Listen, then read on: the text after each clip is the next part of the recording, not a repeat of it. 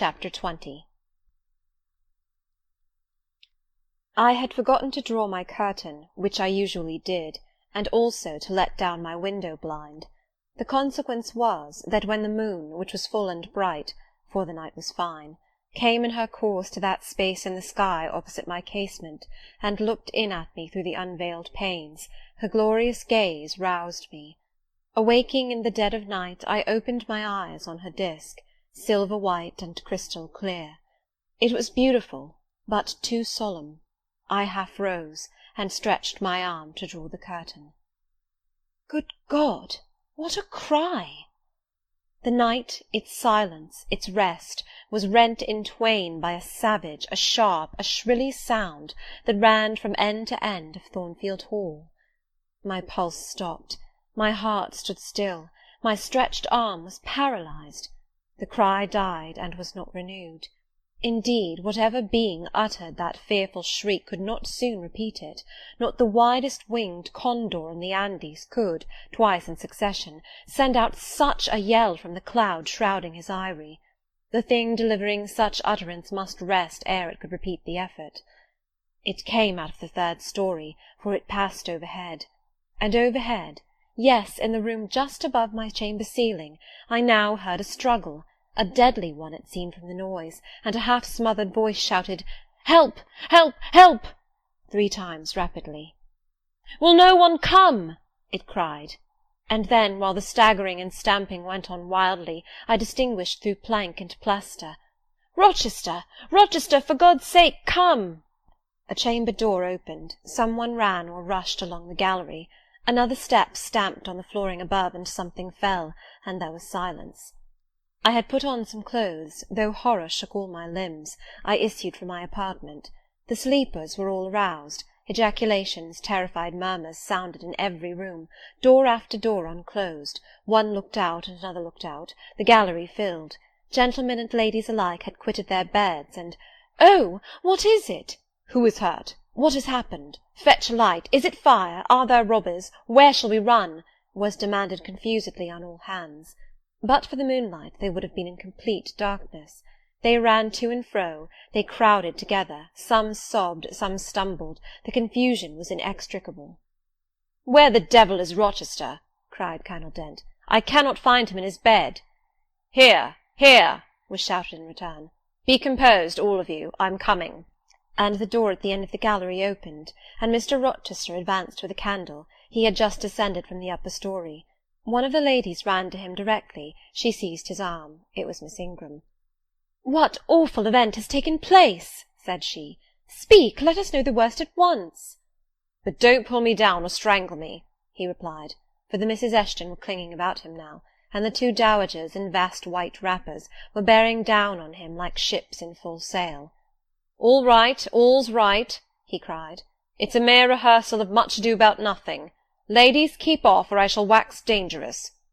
And dangerous he looked. His black eyes darted sparks.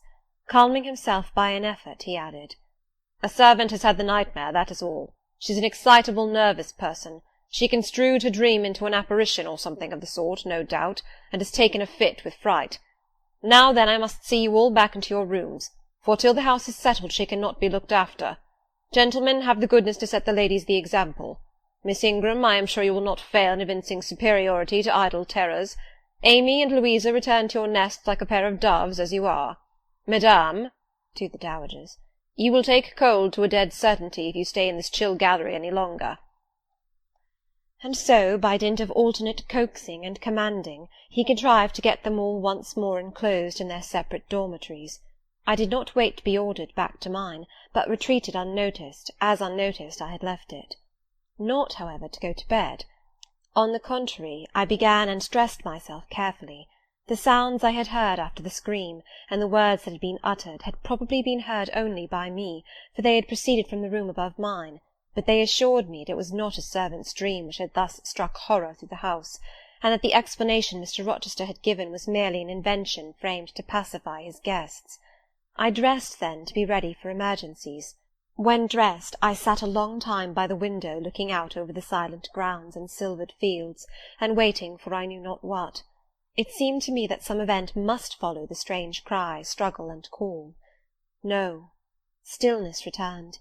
Each murmur and movement ceased gradually, and in about an hour Thornfield Hall was again as hushed as a desert. It seemed that sleep and night had resumed their empire. Meantime the moon declined. She was about to set. Not liking to sit in the cold and darkness, I thought I would lie down on my bed, dressed as I was. I left the window and moved with little noise across the carpet. As I stooped to take off my shoes, a cautious hand tapped low at the door. "Am I wanted?" I asked. "Are you up?" asked the voice I expected to hear, viz., my master's. "Yes, sir." "And dressed?"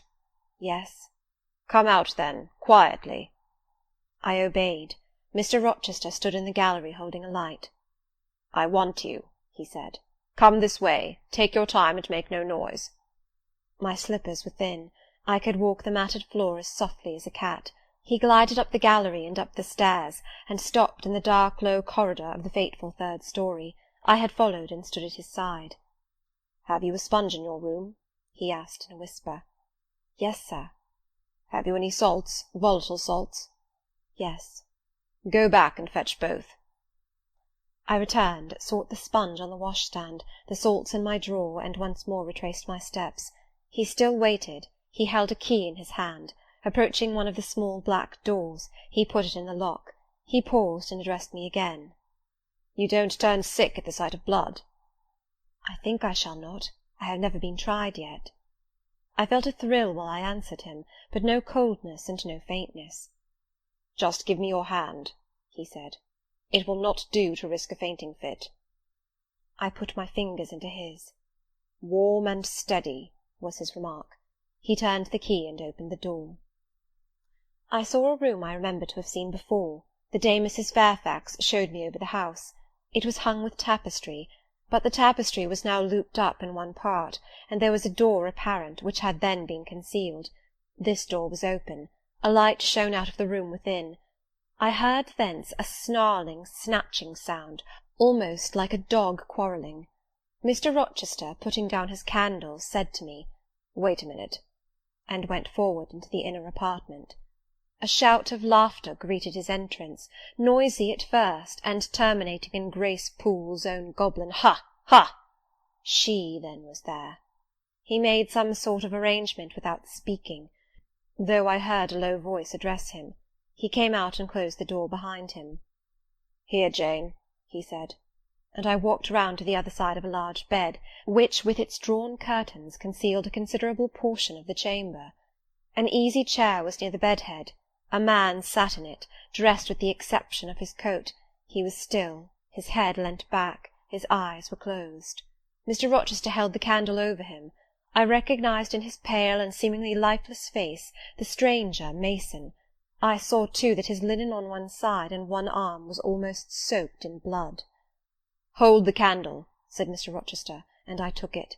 He fetched a basin of water from the washstand. "Hold that," said he. I obeyed. He took the sponge, dipped it in, and moistened the corpse-like face. He asked for my smelling-bottle and applied it to the nostrils. Mr. Mason shortly unclosed his eyes. He groaned. Mr. Rochester opened the shirt of the wounded man, whose arm and shoulder were bandaged. He sponged away blood, trickling fast down. "Is there immediate danger?" murmured Mr. Mason. "Pooh! No, a mere scratch. Don't be so overcome, man. Bear up. I'll fetch a surgeon for you now, myself. You'll be able to be removed by morning, I hope. Jane," he continued. "Sir?" "I shall have to leave you in this room with this gentleman, for an hour, or perhaps 2 hours. You will sponge the blood as I do when it returns. If he feels faint, you'll put the glass of water on that stand to his lips, and your salts to his nose. You will not speak to him on any pretext. And, Richard, it will be at the peril of your life if you speak to her. Open your lips, agitate yourself, and I'll not answer for the consequences." Again the poor man groaned. He looked as if he dared not move. Fear, either of death or of something else, appeared almost to paralyse him. Mr. Rochester put the now bloody sponge into my hand, and I proceeded to use it as he had done. He watched me a second, then saying, "Remember, no conversation," he left the room. I experienced a strange feeling as the key grated in the lock, and the sound of his retreating steps ceased to be heard. Here then I was in the third story, fastened into one of its mystic cells, night around me, a pale and bloody spectacle under my eyes and hands, a murderess hardly separated from me by a single door. Yes, that was appalling. The rest I could bear, but I shuddered at the thought of Grace Poole bursting out upon me. I must keep to my post, however. I must watch this ghastly countenance, these blue, still lips forbidden to unclose, these eyes now shut, now opening, now wandering through the room, now fixing on me, and ever glazed with the dullness of horror. I must dip my hand again and again in the basin of blood and water, and wipe away the trickling gore. I must see the light of the unsnuffed candle wane on my employment, the shadows darken on the wrought antique tapestry round me, and grow black under the hangings of the vast old bed, and quiver strangely over the doors of a great cabinet opposite, whose front, divided into 12 panels, bore in grim design the heads of the 12 apostles, each enclosed in its separate panel as in a frame, while above them at the top rose an ebon crucifix and a dying Christ. According as the shifting obscurity and flickering gleam hovered here or glanced there, it was now the bearded physician, Luke, that bent his brow, now St. John's long hair that waved, and anon the devilish face of Judas that grew out of the panel, and seemed gathering life and threatened a revelation of the arch-traitor, of Satan himself in his subordinate's form. Amidst all this I had to listen as well as watch, to listen for the movements of the wild beast or the fiend in yonder side den. But since Mr. Rochester's visit it seemed spell-bound. All the night I heard but 3 sounds at 3 long intervals, a step creak, a momentary renewal of the snarling canine noise, and a deep human groan. Then my own thoughts worried me. What crime was this that lived incarnate in this sequestered mansion, and could neither be expelled nor subdued by the owner? What mystery that broke out now in fire and now in blood, at the deadest hours of night? What creature was it that, masked in an ordinary woman's face and shape, uttered the voice, now of a mocking demon, and anon of a carrion-seeking bird of prey? And this man I bent over, this commonplace, quiet stranger, how had he become involved in the web of horror? And why had the fury flown at him? What made him seek this quarter of the house at an untimely season, when he should have been asleep in bed? I had heard Mr. Rochester assign him an apartment below. What brought him here? And why now was he so tame under the violence or treachery done him? Why did he so quietly submit to the concealment Mr. Rochester enforced?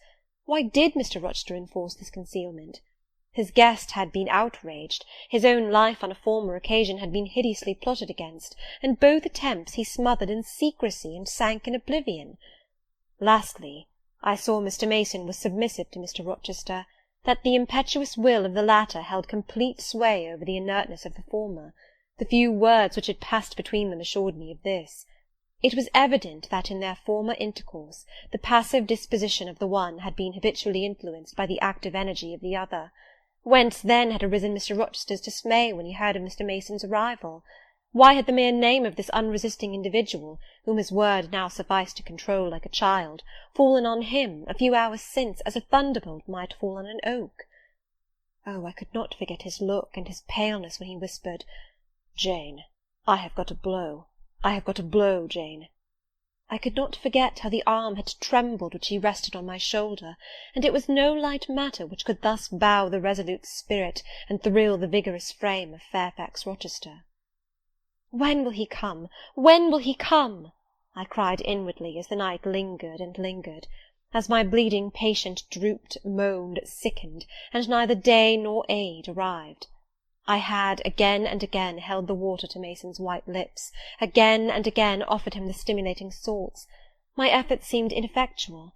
Either bodily or mental suffering, or loss of blood, or all 3 combined, were fast prostrating his strength. He moaned so, and looked so weak, wild, and lost, I feared he was dying, and I might not even speak to him. The candle, wasted at last, went out. As it expired, I perceived streaks of grey light edging the window curtains. Dawn was then approaching. Presently I heard Pilot bark far below, out of his distant kennel in the courtyard. Hope revived. Nor was it unwarranted. In 5 minutes more the grating key, the yielding lock, warned me my watch was relieved. It could not have lasted more than 2 hours. Many a week has seemed shorter. Mr. Rochester entered, and with him the surgeon he had been to fetch. "Now, Carter, be on the alert," he said to this last. "I give you but half an hour for dressing the wound, fastening the bandages, getting the patient downstairs and all." "But is he fit to move, sir?" "No doubt of it. It is nothing serious. He is nervous. His spirits must be kept up. Come, set to work." Mr. Rochester drew back the thick curtain, drew up the Holland blind, let in all the daylight he could, and I was surprised and cheered to see how far dawn was advanced, what rosy streaks were beginning to brighten the east. Then he approached Mason, whom the surgeon was already handling. "Now, my good fellow, how are you?" he asked. "She's done for me, I fear," was the faint reply. "Not a whit. Courage! This day fortnight you'll hardly be a pin the worse of it. You've lost a little blood, that's all. Carter, assure him there's no danger." "I can do that conscientiously," said Carter, who had now undone the bandages. "Only I wish I could have got here sooner. He would not have bled so much. But how is this? The flesh on the shoulder is torn as well as cut. This wound was not done with a knife. There have been teeth here." "She bit me," he murmured. "She worried me like a tigress when Rochester got the knife from her." "You should not have yielded. You should have grappled with her at once," said Mr. Rochester. "But under such circumstances what could one do?" returned Mason. "Oh, it was frightful," he added, shuddering. "She looked so quiet at first." "I warned you," was his friend's answer. "I said, be on your guard when you go near her. Besides, you might have waited till tomorrow and had me with you. It was mere folly to attempt the interview tonight, and alone." "I thought I could have done some good." You thought! You thought! Yes, it makes me impatient to hear you. But however, you have suffered, and are likely to suffer enough for not taking my advice, so I'll say no more. Carter, hurry, hurry! The sun will soon rise, and I must have him off." "Directly, sir. The shoulder is just bandaged. I must look to this other wound in the arm. She has had her teeth here too, I think." "She sucked the blood. She said she'd drain my heart," said Mason. I saw Mr. Rochester shudder. A singularly marked expression of disgust, horror, hatred, warped his countenance almost to distortion, but he only said, "Come, be silent, Richard, and never mind her gibberish. Don't repeat it." "I wish I could forget it," was the answer. "You will when you are out of the country. When you get back to Spanish Town you may think of her as dead and buried, or rather you need not think of her at all." "Impossible to forget this night." "It is not impossible. Have some energy, man. You thought you were as dead as a herring 2 hours since, and you are all alive and talking now. There, Carter is done with you, or nearly so. I'll make you decent in a trice. Jane," he turned to me for the first time since his re-entrance, "take this key, go down to my bedroom, and walk straight forward into my dressing-room. Open the top drawer of the wardrobe, and take out a clean shirt and neck-handkerchief. Bring them here, and be nimble." I went out, sought the repository he had mentioned, found the articles named, and returned with them. "Now," said he, "go to the other side of the bed while I order his toilet. But don't leave the room. You may be wanted again." I retired as directed. "Was anybody stirring below when you went down, Jane?" inquired Mr. Rochester presently. "No, sir. All was very still." "We shall get you off cannily, Dick, and it will be better, both for your sake and for that of the poor creature in yonder. I have striven long to avoid exposure, and I should not like it to come at last. Here, Carter, help him on with his waistcoat. Where did you leave your furred cloak? You can't travel a mile without that, I know, in this damned cold climate. In your room. Jane, run down to Mr. Mason's room, the one next mine, and fetch a cloak you will see there." Again I ran and returned, bearing an immense mantle lined and edged with fur. "Now I've another errand for you," said my untiring master. "You must away to my room again. What a mercy you are shod with velvet, Jane! A clod-hopping messenger would never do at this juncture. You must open the middle drawer of my toilet table and take out a little phial and a little glass you will find there. Quick!"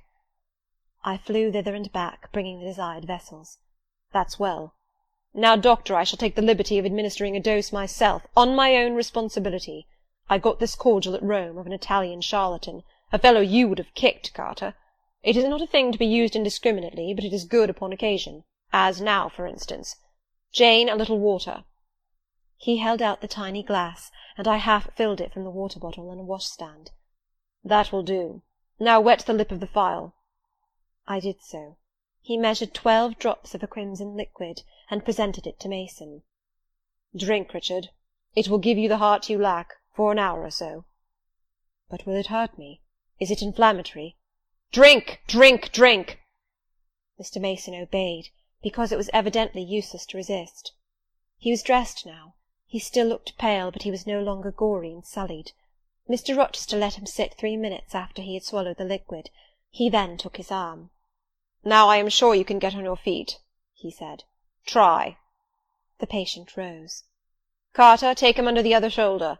Be of good cheer, Richard. Step out, that's it." "I do feel better," remarked Mr. Mason.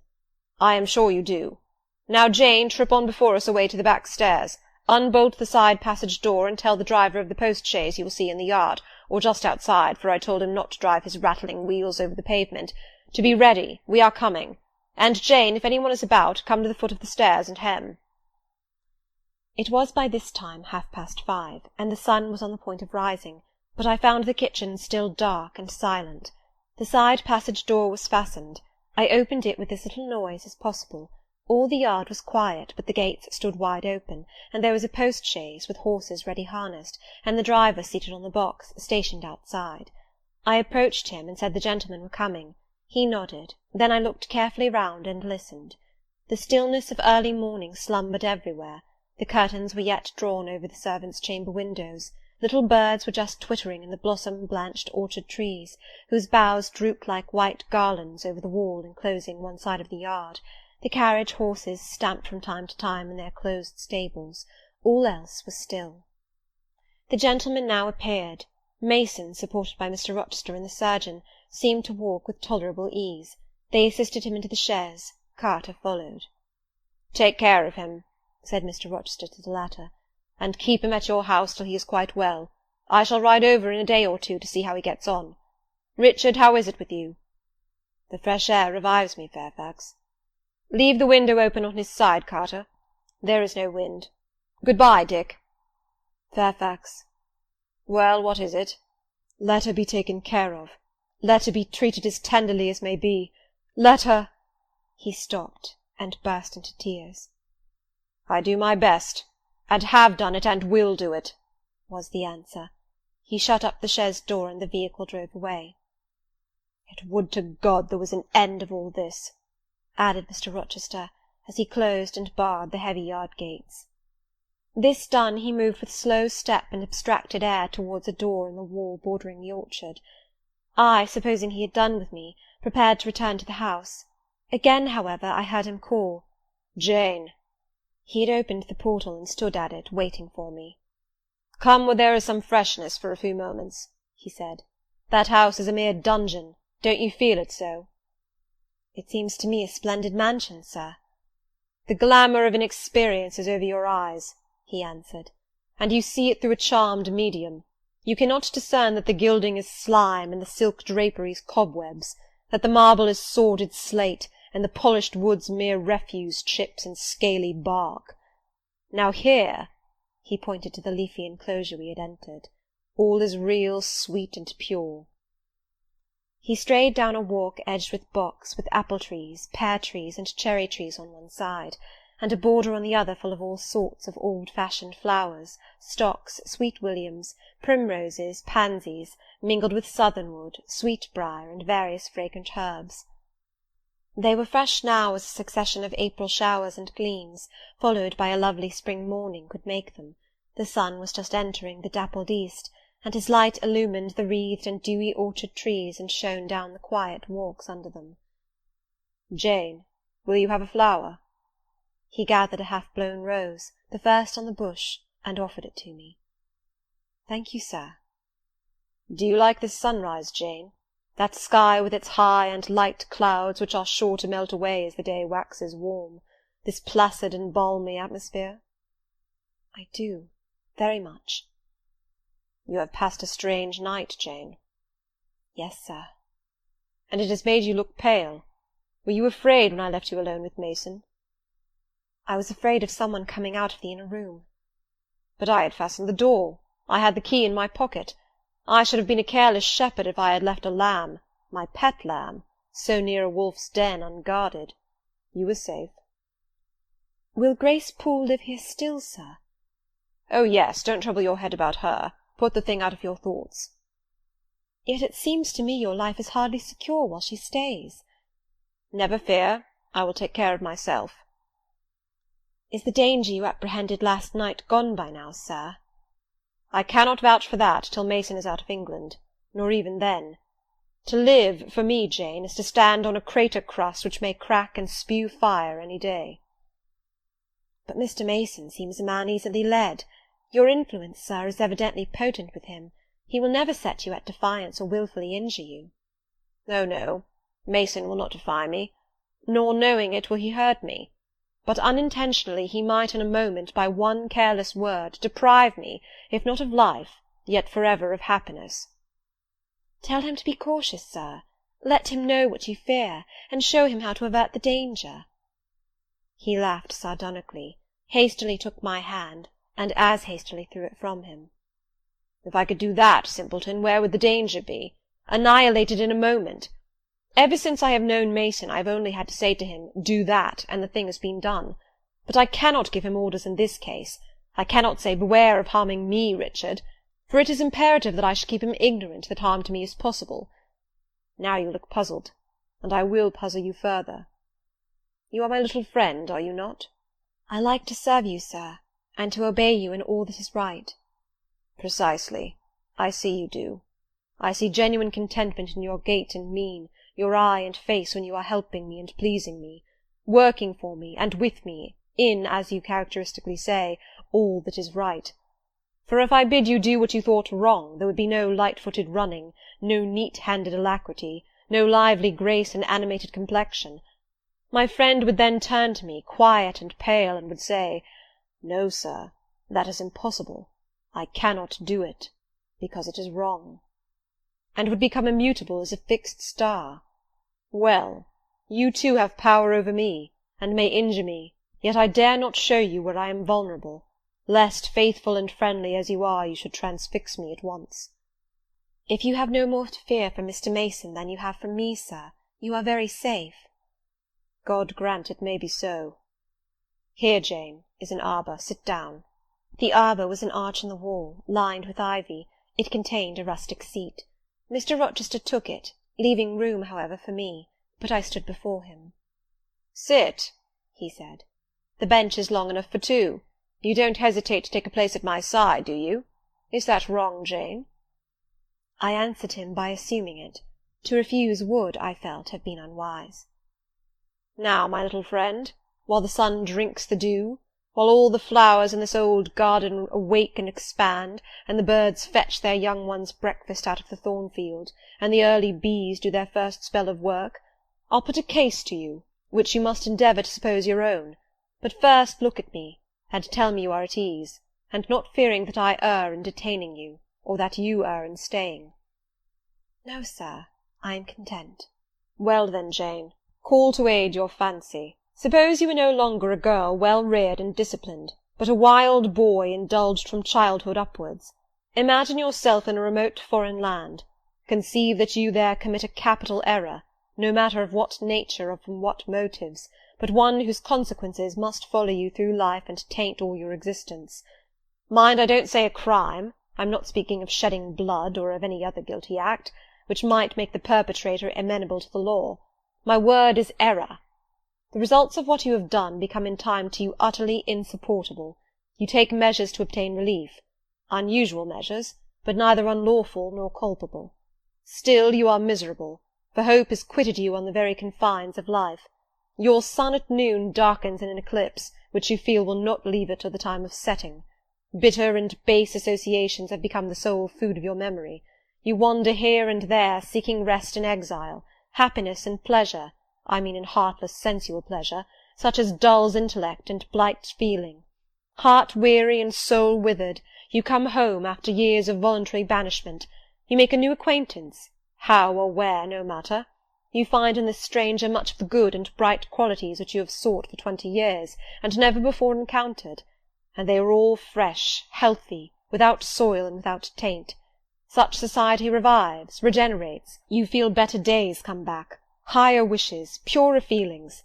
You desire to recommence your life, and to spend what remains you of days in a way more worthy of an immortal being. To attain this end, are you justified in overleaping an obstacle of custom, a mere conventional impediment which neither your conscience sanctifies nor your judgment approves?" He paused for an answer, and what was I to say? Oh, for some good spirit to suggest a judicious and satisfactory response! Vain aspiration! The west wind whispered in the ivy round me, but no gentle Ariel borrowed its breath as a medium of speech. The birds sang in the tree-tops, but their song, however sweet, was inarticulate. Again Mr. Rochester propounded his query. "Is the wandering and sinful, but now rest-seeking and repentant man, justified in daring the world's opinion in order to attach him for ever this gentle, gracious, genial stranger, thereby securing his own peace of mind and regeneration of life?" "Sir," I answered, "a wanderer's repose or a sinner's reformation should never depend on a fellow creature. Men and women die, philosophers falter in wisdom, and Christians in goodness. If anyone you know has suffered and erred, let him look higher than his equals for strength to amend and solace to heal." "But the instrument, the instrument! God, who does the work, ordains the instrument. I have myself, I tell it to you without parable, been a worldly, dissipated, restless man, and I believe I have found the instrument of my cure in—" He paused. The birds went on carolling, the leaves lightly rustling. I almost wondered they did not check their songs and whispers to catch this suspended revelation, but they would have had to wait many minutes, so long was the silence protracted. At last I looked up at the tardy speaker. He was looking eagerly at me. "Little friend," said he, in quite a changed tone, while his face changed too, losing all its softness and gravity, and becoming harsh and sarcastic, "you have noticed my tender penchant for Miss Ingram. Don't you think if I married her she would regenerate me with a vengeance?" He got up instantly, went quite to the other end of the walk, and when he came back he was humming a tune. "Jane, Jane," said he, stopping before me, "you are quite pale with your vigils. Don't you curse me for disturbing your rest?" "Curse you? No, sir." "Shake hands in confirmation of the word. What cold fingers! They were warmer last night when I touched them at the door of the mysterious chamber. Jane, when will you watch with me again?" "Whenever I can be useful, sir." "For instance, the night before I am married. I am sure I shall not be able to sleep. Will you promise to sit up with me to bear me company? To you I can talk of my lovely one, for now you have seen her and know her." "Yes, sir." "She's a rare one, is she not, Jane?" "Yes, sir." "A strapper, a real strapper, Jane, big, brown, and buxom, with hair just such as the ladies of Carthage must have had. Bless me, there's Dent and Lynn in the stables. Go in by the shrubbery through that wicket." As I went one way, he went another, and I heard him in the yard saying cheerfully, "Mason got the start of you all this morning. He was gone before sunrise. I rose at 4 to see him off."